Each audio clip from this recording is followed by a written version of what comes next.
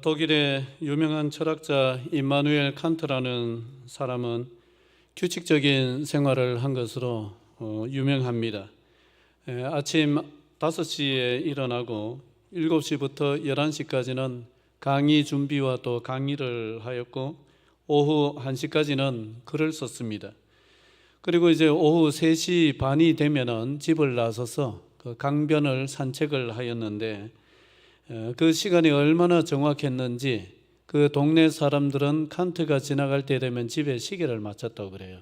그러니까 시계보다 더 정확하게 항상 틀림없이 그 시간을 지켜가지고 산책을 했기 때문에 그 칸트를 그 동네 사람들은 걸어다니는 시계다, 저 사람 걸어다니는 시계다, 그렇게 불렀다고 합니다. 이 칸트라는 사람이 이렇게 규칙적인 생활을 하게 된 것은 태어날 때부터 너무 약하게 태어나서 그렇습니다. 굉장히 왜소하게 태어났는데 어른이 되어서도 키가 160이 되지를 않았습니다. 그리고 가슴이 너무 편가슴으로 태어나서 폐가 발달하지를 못해가지고 그 폐가 굉장히 안 좋은 상태로 평생을 살았습니다. 그 어린 시절에는 의사가 얘는 오래 못 살고 일찍 죽을 거다 뭐 이런 얘기를 할 정도였습니다.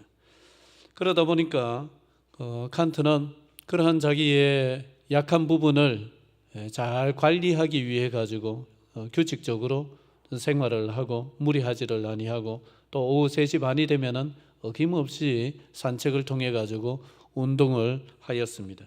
그렇게 해가지고 몇 살까지 살았느냐? 80까지 살았습니다.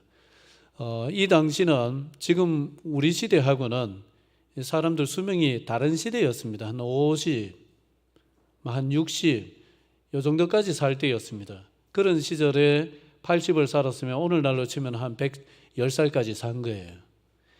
그러니까 제일 약하게 태어났지만은 그 약한 부분을 잘 관리를 해서 그렇게 될 수가 있었던 것이죠.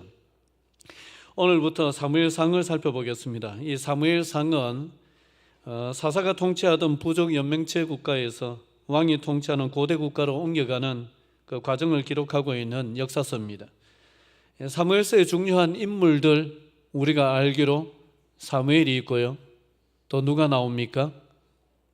최초의 왕이었던 사울이 나오고요. 또 사울에게 많은 핍박을 당하다가 또 왕위에 올랐던 다윗이 나옵니다. 이 세 사람이 사무엘상의 주요 인물들이죠. 그 사무엘은 선지자이자 마지막 사사로서 자신의 임무를 잘 수행을 하지만은 그 아들들의 악행으로 인해 가지고 그 백성들 사이에서 왕을 세워달라는 아주 거센 바람이 일어났고 그로 인해 가지고 하나님께서는 왕을 세우시는데 이스라엘 백성들이 원했던 그런 인물을 골라 가지고 왕을 세워주십니다. 그러자 이 사울은 바른 길을 가지를 못하고 잘못된 길을 가서 결국은 좋지 못하게 끝이 나고 그 다음에 그에게 핍박을 받던 사람 다윗이 왕으로 등극하게 되죠. 이런 이야기가 아주 재미나게 펼쳐지는 성경이 사무엘상 성경입니다. 그 사무엘상의 시작은 한마는 여인 한나의 이야기로 시작을 합니다. 한나는 사무엘 선지자를 낳은 사무엘의 어머니입니다. 참 경건하고 신실한 여인이었습니다. 하지만은 그에게는 굉장한 아픔이 있었습니다. 자식이 없었습니다. 자식을 낳지를 못하는 아픔이 있었습니다. 그러니까 한나에게는 이것이 말할 수 없는 아픔이었지만은 그러나 남의 아픔을 약점으로 사용하는 사람이 있었죠. 누구였습니까? 같은 집에 살고 있는 남편의 둘째 부인, 자기가 첫째 부인이고 둘째 부인 분인나라는 여자가 이것을 약점으로 삼아가지고는 계속 거기를 콕콕 찌르는 거예요. 얼마나 속을 긁어 놓는지 살맛이 뚝 떨어질 정도로 많이 괴롭혔습니다. 남편 엘가나는 그러한 이제 한나를 또 아끼고 사랑해가지고 뭘 제사를 지내고 나면은 그 재물을 나눌 때 더 챙겨주고 이렇게 하기도 했지만은 그러면 그럴수록 브린나는 더 한나를 못 살게 굴었고, 또 한나는 그것 때문에 더 괴롭고 더 죽을 마시고 이런 인생을 살던 여인이었습니다. 여러분, 남의 약점을 놀리거나 자꾸 들추어 내고 또 공격하는 것, 참 그게 어찌 보면 좀 야비하기도 하고 또 치졸하기도 하죠. 그런데 이 세상은 참 그런 게 많아요. 나에게는 아픔인데, 그 사람에게는 아픔인데 이걸 아픔으로 이해하기보다는 그걸 약점으로 자꾸 이제 삼는 거죠. 그런데 이제 그런 사람들이 대체로 보면은 그 마음이 건강하지 못해서 그렇습니다. 마음이 좀 이래 병이 들어서 그렇습니다. 우리가 참 은혜를 받고 성령으로 충만해지고 우리가 그럴 때 다른 사람의 약점이 오히려 약점으로 안 보이고 아픔으로 느껴집니다. 그게 이제 성령으로 건강해지는 것이죠, 마음이. 그러나 건강하지 못하면은 다른 사람의 아픔을 반대로 약점으로 삼아버리는 거예요. 이 성령으로 충만하고 우리가 주님의 은혜로 마음이 회복되고 건강해지고 이러면은 다른 사람의 약점까지도 아픔으로 느껴지는 그 반대의 역사가 일어나는 것입니다. 그렇지만은 이 세상에는 마음이 건강치 못한 사람들이 많다 보니까 남의 아픔을 약점으로 이용하고 또 공격하는 경우가 많습니다. 적지 않습니다. 남의 아픔으로 약점 삼아서 집요하게 공격하는 것이 어쩌면은 이 세상이 사람의 약점을 대하는 어떤 습성, 방식이 아니겠는가 그런 생각을 한번 해봅니다. 그런데 문제는 세상은 그렇다 쳐도 세상은 뭐 어쩔 수 없이 그렇다 쳐도 죄된 세상이니까 이제 그런 세상을 맛보다 보면은 경험하다 보면은 우리는 자꾸 어떻게 되느냐? 움츠러 들어가지고 내 아픔을 내 약점을 자꾸 이렇게 감춥니다. 덮어버립니다. 내 스스로도 자꾸 이렇게 회피하고 외면합니다. 우리가 지난주에 살펴봤던 그 사마리아 수가성 여인은 자신의 약점을 드러내고 살았습니까? 감추고 살았습니까? 감추고 살았죠. 감췄습니다. 그 사람들과 만나면 아픈 것이 건들릴까봐 사람들과 만나지 않으려고 다른 사람들은 낮에 더워서 오침을 하는 낮잠을 자는 그 시간에 혼자서 물동이를 이고 우물에 물을 기르러 올 정도로 사람들하고 안 만나려고 안 부딪히려고 담쌌고 왜 그렇습니까? 자기 약점이 건들릴까 봐. 그래서 그랬던 거죠. 그런데 그렇게 자신의 약점을 감추거나 회피를 하면은 여러분 약점이 무럭무럭 자랍니다. 희한하게 문제도 더 커지고 또 더 깊어지고 더 골마버립니다. 약점을 정직하게 직면을 해야 그 약점이 줄어듭니다.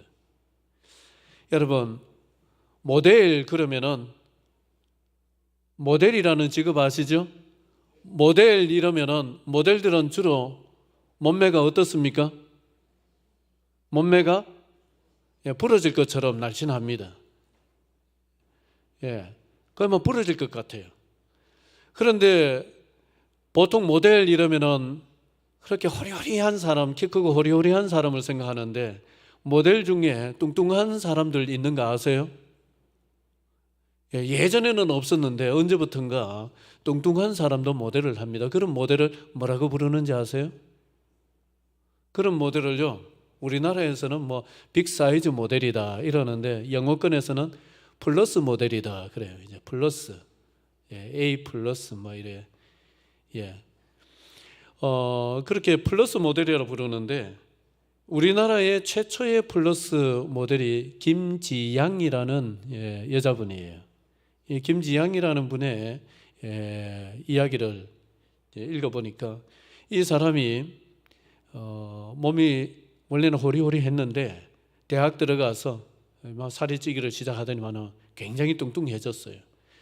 그래서 이제 직장에 들어갔는데 직장에서 굉장히 그거 몸매를 가지고 막 이 사람 저 사람, 그때 당시에는 이게 어떤 그 성희롱에 해당이 되나 이런 개념이 없다 보니까 막 그 몸매를 가지고 이러쿵저러쿵 지나가는 말로도 막 이렇다 저렇다 얘기를 하고, 또 같은 의견을 내도 희한하게 이 사람의 의견은 묵살당하기가 일쑤였습니다. 왜냐? 사람들이 선입견을 가지고 있는 거죠.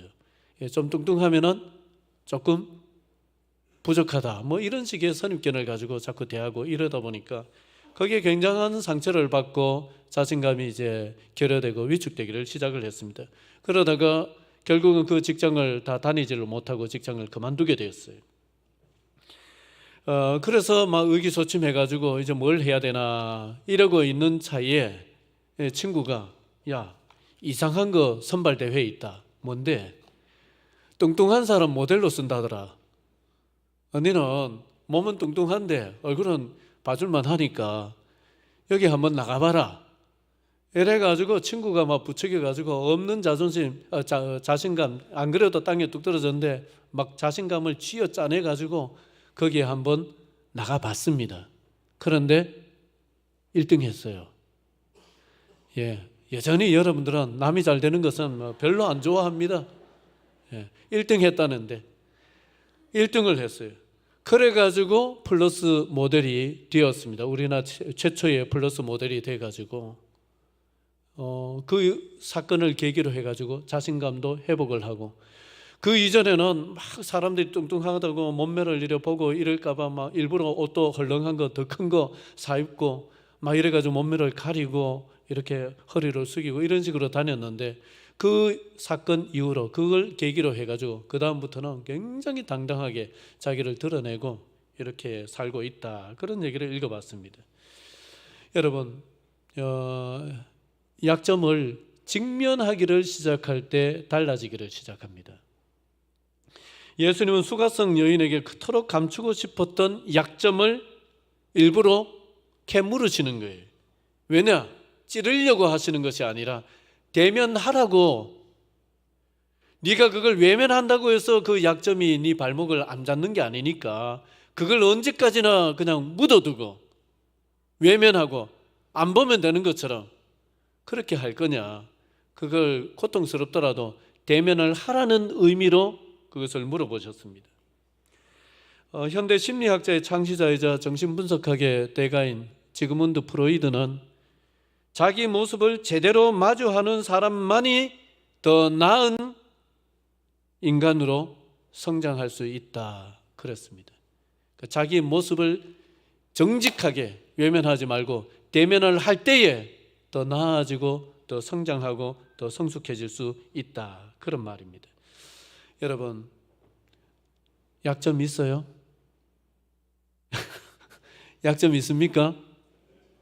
약점 없는 사람은요 없을 것 같은데, 이 땅에는 우리가 다 뭐든지 약점이 있어요. 그 약점을요 대면하기를 시작하세요. 약점을 자꾸 생각을 하고 꺼내십시오. 감춰두지 마시고. 한나의 남편 엘가나는 한나가 둘째 부인 브닌나에게 계속해서 당하는 것을 보고는 한나를 많이 아끼고 사랑하였습니다. 그러나 그럴수록 브닌나는 더 심하게 한나의 속을 긁어놓습니다. 그 남편의 사랑도 크게 도움이 되지 아니할 때에 한나는 누구를 찾아갑니까? 한나가 누구를 찾아가요? 하나님을 찾아가죠. 자, 10절 11절입니다. 같이 한번 읽을까요? 시작. 한나가 마음이 괴로워서 여호와께 기도하고 통곡하며 서원하여 이르되, 만군의 여호와여, 만일 주의 여종의 고통을 돌보시고 나를 기억하사 주의 여종을 잊지 아니하시고 주의 여종에게 아들을 주시면 내가 그의 평생에 그를 여호와께 드리고 삭도를 그의 머리에 대지 아니하겠나이다. 통곡하고 기도합니다. 만일 여종의 고통을 돌보셔서 아들을 주신다면은 내가 그 아들 평생을 주님께 바치겠습니다. 머리에 삭도를 대지 않겠다는 것은 나실린으로 구별내서 주의 종으로 삼겠다, 그런 의미입니다. 여러분, 질문을 하나 더 던지겠습니다. 포기한 사람이 기도합니까? 포기 안 한 사람이 기도합니까? 포기하면은 기도할 것도 없죠. 포기를 하지 않았으니까 너무 고통스러워도 이 고통에서 그냥 나는 그대로 살란다, 이게 아니라 어쨌든 포기를 하지 아니하고 하나님 원하신다면 제 형편을 좀 바꿔주실 수 있나요? 포기하지 아니하니까 하나님 앞에 나가서 기도하는 것 아니겠습니까? 약점은요, 보면은 살면서 어떤 경험 때문에 생긴 약점도 있지만은 타고나는 약점도 있습니다. 노력으로 어느 정도 극복 가능한 약점도 있지만은 내 노력으로 안 되는 약점도 있습니다. 한나가 가졌던 이 약점은 여러분, 노력으로 극복 가능한 겁니까? 노력으로 안 되는 겁니까? 고대 사회에서 이게 무슨 노력으로 되겠습니까? 별의별 노력은 다 해봤겠죠. 안 되는 거예요. 사람의 능력으로, 사람의 노력으로 뭐 어떻게 할 수 있는 일이 아닙니다. 그러면은 포기할 법도 한데 오히려 그렇기 때문에 포기하지 아니하고 누구를 붙드느냐? 하나님을 붙드는 거예요. 약점을 감추거나 스스로 회피하는 것은 이미 마음에서 거의 반포기 상태에 들어갔기 때문에 그렇습니다. 여러분, 어떤 약점이라도 나아질 수 있다는 희망을 내려놓지 마십시오. 이미 해보니까 안 됐는데 뭐. 여러분, 그래도 또 희망을 가지십시오. 그래도 뭔가 개선할 수 있는 부분이 있다는 희망을 계속 가지십시오. 미국의 제퍼슨 병원에서 있었던 일입니다. 한 병실에 죽음을 앞둔 두 환자가 같이 입원을 해 있었습니다. 한 사람은 폐를 많이 절제했습니다. 그러다 보니까 숨 쉬는 게 힘들고 어려워서 극심한 고통 가운데 하루하루 버티고 있는 빈센트라는 사람이었습니다. 누구라고요? 빈센트라는 사람이었습니다. 또 한 사람은 사고로 척추가 거의 산산조각 나서 이 사람은 침대에 그냥 누워서 생활을 하는 사람이었습니다. 움직일 수 없는 사람, 그 침대에 누워만 있어야 되는 사람이 있었는데 그 사람은 파커였습니다. 누구라고요? 파커라는 사람이었습니다. 빈센트는 통증이 조금이라도 가라앉으면 창 쪽으로 가가지고 창밖을 바라보면서 멍하니 있었습니다. 침대에 꼼짝도 못하고 누워 있었던 파커는 그게 그렇게 부러운 거예요. 창밖을 볼 수 있다는 것 자체가 부러운 거예요. 자기는 그냥 누워서 꼼짝도 못하니까. 그래가지고 하루는 그 빈센트에게 물어봤습니다. 창밖에 뭐가 보입니까? 그러니까 빈센트가 오늘 날씨가 무척이나 화창하네요.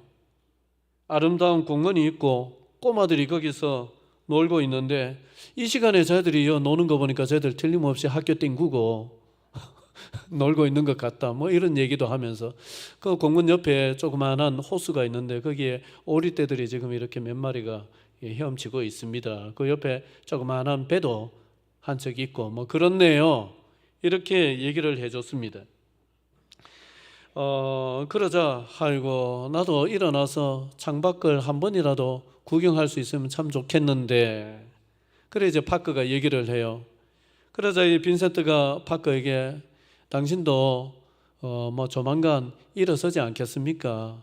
그 희망을 가지십시오. 그래 얘기를 해줬습니다. 그날 이후로 이 두 사람 더 친해져 가지고 이제 오후 3시만 되면은 빈센트는 뭐 통증이 있건 없건 오후 3시만 되면은 매일 규칙적으로 창밖을 내다보면서 누워있는 파커에게 창밖에 오늘은 뭐 또 어떤 사람이 지나간다, 오늘은 또 뭐 날씨가 어떻다, 오늘은 바깥에 또 저 호수에 어떤 일이 있다, 이런 얘기를 막 계속 해주는 거예요. 오후 3시만 되면은.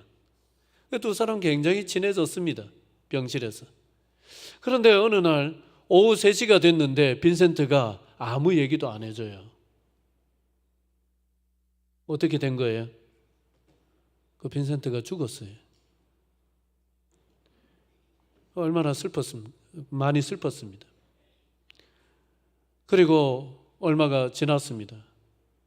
그래서 이 파커가 간호사에게, 선생님, 그 빈센트가 바라보던 그 창밖으로 저를 한번 침대를 저쪽으로 좀 옮겨주실 수 있습니까?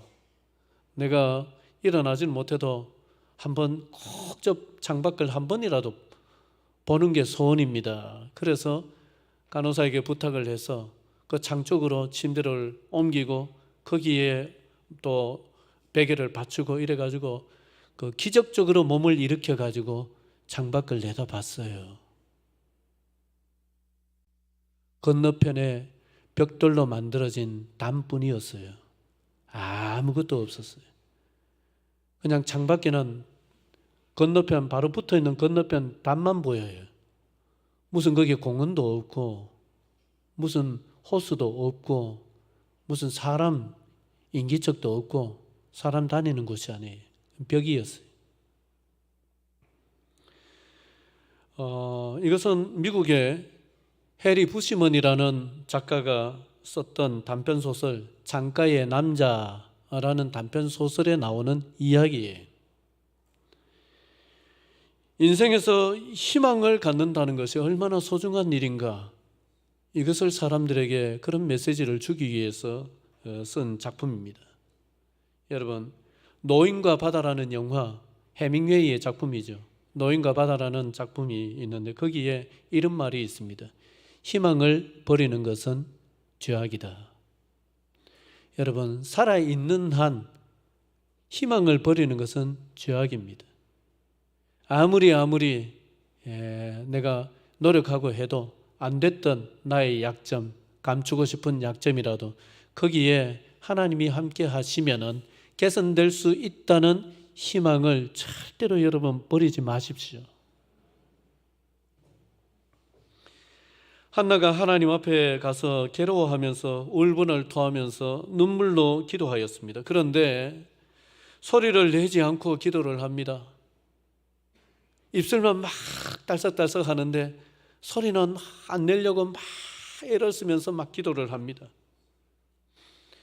그렇게 막 속은 막 너무너무 고통스럽고 막 썩을 대로 썩은 이 속을 부둥켜 안고 하나님 앞에 울분을 토하면서 그걸 또 소리가 새 나오지 않으려고 기도를 하니까 얼마나 힘들었겠습니까? 그렇게 막 힘을 쓰면서 기도를 하는데 엘리 제사장이 그걸 한참을 지켜봐요. 지켜보는데 얼마나 영적으로 이 사람이 캄캄한지, 그게 기도하는 걸로 안 보이고 뭐 하는 걸로 보였어요? 저 사람이 술에 취한 걸로 보였어요. 그래서 포도주를 끊어라. 언제까지 취해 있을래? 여러분, 이게 그 당시 사사시대에 최고 가는 영적 지도자의 수준이었습니다. 대제사장의 수준이었습니다. 그러니까 사사시대 사람들이 얼마나 영적으로 깜깜했다는 것입니까? 그래 이제 막 야단을 치고 하는데 한나는 그게 아닙니다. 내가 원통함이 많고 내 속에 이 분통함이 이렇게 많아서 이렇게 기도하는 것이다. 그래 이제 얘기를 하죠. 그렇게 이제 어쨌든 한나는 하나님 앞에서 원통함을 토해내면서 기도를 하였을 때 하나님께서 들어주셨어요. 오랫동안 안 들어주셨던 것 같은데 하나님께서 들어주셨어요. 그랬더니 하나님께서 응답을 하시는데, 자 19절 20절 같이 한번 읽을까요? 19절 20절 시작. 그들이 아침에 일찍이 일어나 여호와 앞에 경배하고 돌아가 라마의 자기 집에 이르니라. 엘가나가 그의 아내 한나와 동침하며 여호와께서 그를 생각하신지라. 한나가 임신하고 때가 이름에 아들을 낳아 사무엘이라 이름하였으니 이는 내가 여호와께 그를 구하였다 함이더라. 아멘. 자식을 낳지 못해서 또 조롱과 멸시의 대상이 되었던 이 한많은 여인 한나의 눈물의 기도를 하나님께서 들으셨습니다. 그리고 아들을 주셨는데 그 아들이 누굽니까? 사무엘입니다. 여러분, 사무엘이 어떤 사람입니까? 방금 말씀을 드렸던 그 사사시대의 칠흑 같은 영적인 이 어두움, 300년간이나 지속되었던 그 영적인 어두움을 끝장낸 사람이 사무엘입니다. 미스바에서 그 사사시대에 한 번도 그런 적이 없었습니다. 그런데 그 미스바의 모든 이스라엘 백성들을 모아놓고 하나님 앞에서 통례하고 자복하는 그런 놀라운 회개 운동을 일으켰던 사람. 그래서 300년 동안 이스라엘은 공동체 전체가 한 사람 한 사람 하나님 앞에 바로 선 적은 있었겠지만 공동체 전체가 하나님 앞에 바로 서고자 그렇게 자기를 쳐서 하나님 앞에 엎드렸던 적이 없었는데 그 일을 이룬 사람이 바로 사무엘입니다. 300년의 어둠을 끝낸 사람이 사무엘입니다. 여러분, 그러한 위대한 인물을 하나님께서는요, 한 많은 여인 한나를 통해서 이 땅에 보내셨어요. 약점이 너무 큰 약점으로 인해서 참 조롱과 멸시를 받으면서 항상 속이 썩어 문드러져만 했던 그 한 많았던 여인을 통해서 하나님께서 그러한 인물을 이 땅에 보내셨습니다. 이것이 하나님이 우리의 약점을 다루시는 방법입니다. 서두에 세상이 우리의 약점을 다루는 방식을 잠시 말씀을 드렸는데 세상은 남의 약점에 대해서 그렇게 관대하지 않습니다. 겉과 속이 다를 때가 있습니다. 겉으로는 걱정하는 것처럼 보여도 속은 안 그럴 때가 있습니다. 그러나 우리 하나님은 우리의 약점을 다루실 때에 그렇게 다루질 아니하십니다. 하나님은 우리의 약점을 통해서 하나님의 뜻을 이루는 데 사용을 하세요. 우리는 생각지 못했던 하나님의 뜻을 이루어 가는데 우리의 약점을 하나님은 그렇게 사용을 하실 때가 있단 말씀입니다. 여러분, 그렇기 때문에 우리는 희망을 내려놓아서는 안 됩니다. 우리가 어떤 인간적인 희망이 있어서 희망을 내려놓는 게 아니라, 희망을 가지는 것이 아니라 누가 계시기 때문에 우리는 희망을 내려놓을 수 없습니까? 하나님이 계시기 때문에, 우리의 약점을 이와 같이 다루시는 하나님이 계시기 때문에 우리는 어떤 일이 있어도 희망을 내려놓을 수 없습니다. 아무리 지금까지 안 됐다 할지라도, 그럴지라도 희망을 내려놓을 수 없습니다. 그거 가져야 됩니다. 붙들어야 됩니다. 그리고 하나님 앞에 나가서 한나처럼 울분을 토하면서, 눈물을 토하면서, 어떨 때는 남이 들을까 봐 소리도 제대로 내지를 못하면서 속으로 끙끙 앓으면서, 그럴지라도 하나님 앞에 울분을 토하고 하나님 앞에 우리의 속에 썩어 문드러진 것을 하나님 앞에 토해내야 됩니다. 여러분, 사람 앞에서 우는 것은 어떨 때는 초라하게 보일 때가 있습니다. 그러나 하나님 앞에서 흘리는 눈물은 그야말로 위대한 눈물입니다. 하나님은 가장 외면할 수 없는 기도가 뭐냐? 상한 마음으로 드리는 기도예요. 썩어 문드러진 마음으로 드리는 기도를 하나님은 외면하지를 못하세요. 그게 우리 하나님이세요. 미국에서 가장 영향력 있는 교회 중에 하나라고 손꼽히는 세들백 교회라고 있습니다. 릭 워렌 목사님이 개척해서 세운 교회입니다. 그 릭 워렌 목사님, 우리나라에서도 목적이 이끄는 삶, 이런 책으로 굉장히 유명했었죠. 그 릭 워렌 목사님, 이 릭 워렌 목사님은 불치병 환자입니다. 어떤 불치병 환자냐? 미국 전역에서 그 병을 가진 사람은 딱 6명뿐입니다. 미국 그 많은 인구 중에. 이런 것도 안 놀라셔도 됩니다. 우리가 무엇에 놀라겠습니까? 하나님이 우리 아버지신데 뭘 놀라겠습니까? 미국에서 딱 6명만 가지고 있는 질병을 이 리고렌 목사님이 가지고 있어요. 그 무슨 병이냐? 간질병하고 비슷한 병이에요. 아드레날린이 이상하게 작용을 해서 과다 분비가 되었을 때에, 원래 아드레날린은 분비가 되면은 보통 사람은 굉장히 기분이 좋아져야 돼요. 아드레날린이 분비가 되면 기분이 막 좋고 사람이 막 기쁘고 이런 게 아드레날린이거든요.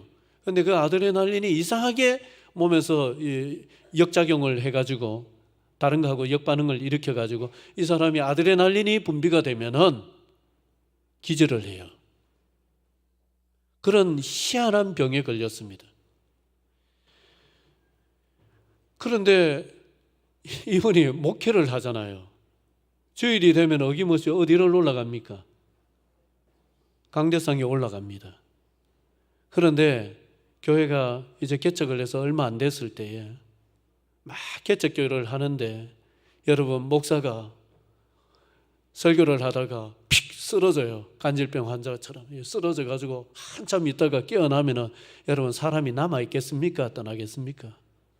아이고, 하나님 믿어라, 하나님 믿고 하나님 의지하면 어떻게 된다 이래 하는데, 목사 자기도 뭐 자기 거 제대로 못하면서 그런 모습을 보이면은 얼마나 사람들이 실망을 하고 떠나가겠습니까?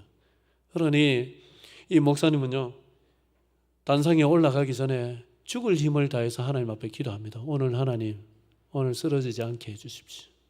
오늘 제발 쓰러지지 않게 해주십시오. 오늘 설교를 다 하고 내려올 수 있도록 해주십시오. 그렇게 하나님 앞에 정말 절박하고 간절하게, 그게 매주 반복되는 거예요. 매주. 그래서 사람이 떠나갔을까요? 모였을까요? 모였으니까 유명한 교회가 됐죠. 몇 명이 모이는 교회가 됐냐? 3만 명 모입니다. 3만 명이 모이는 아주 초대형 교회, 미국에 알아주는 초대형 교회가 됐습니다. 뭐 다른 이유도 많겠지요. 그러나 이분의 이 사연을 본다면은 약점에서 비롯된 간절한 기도와 하나님 앞에 정말 절박하게 자기 자신을 낮추는 그 모습을 하나님께서 긍휼히 여기셔가지고 그분의 약점을 오히려 사람을 감동시키는 진실한 사역자의 모습이 나올 수밖에 없죠. 그런 모습으로 하나님이 사용을 하셨기 때문입니다. 말씀을 맺도록 하겠습니다. 세상에 약점이 없는 사람 없습니다. 그러나 하나님은 우리가 약점을 감추지 아니하고 그것을 하나님 앞에 가지고 나가면은 약점을 통해서 일해 주십니다. 기도드리겠습니다.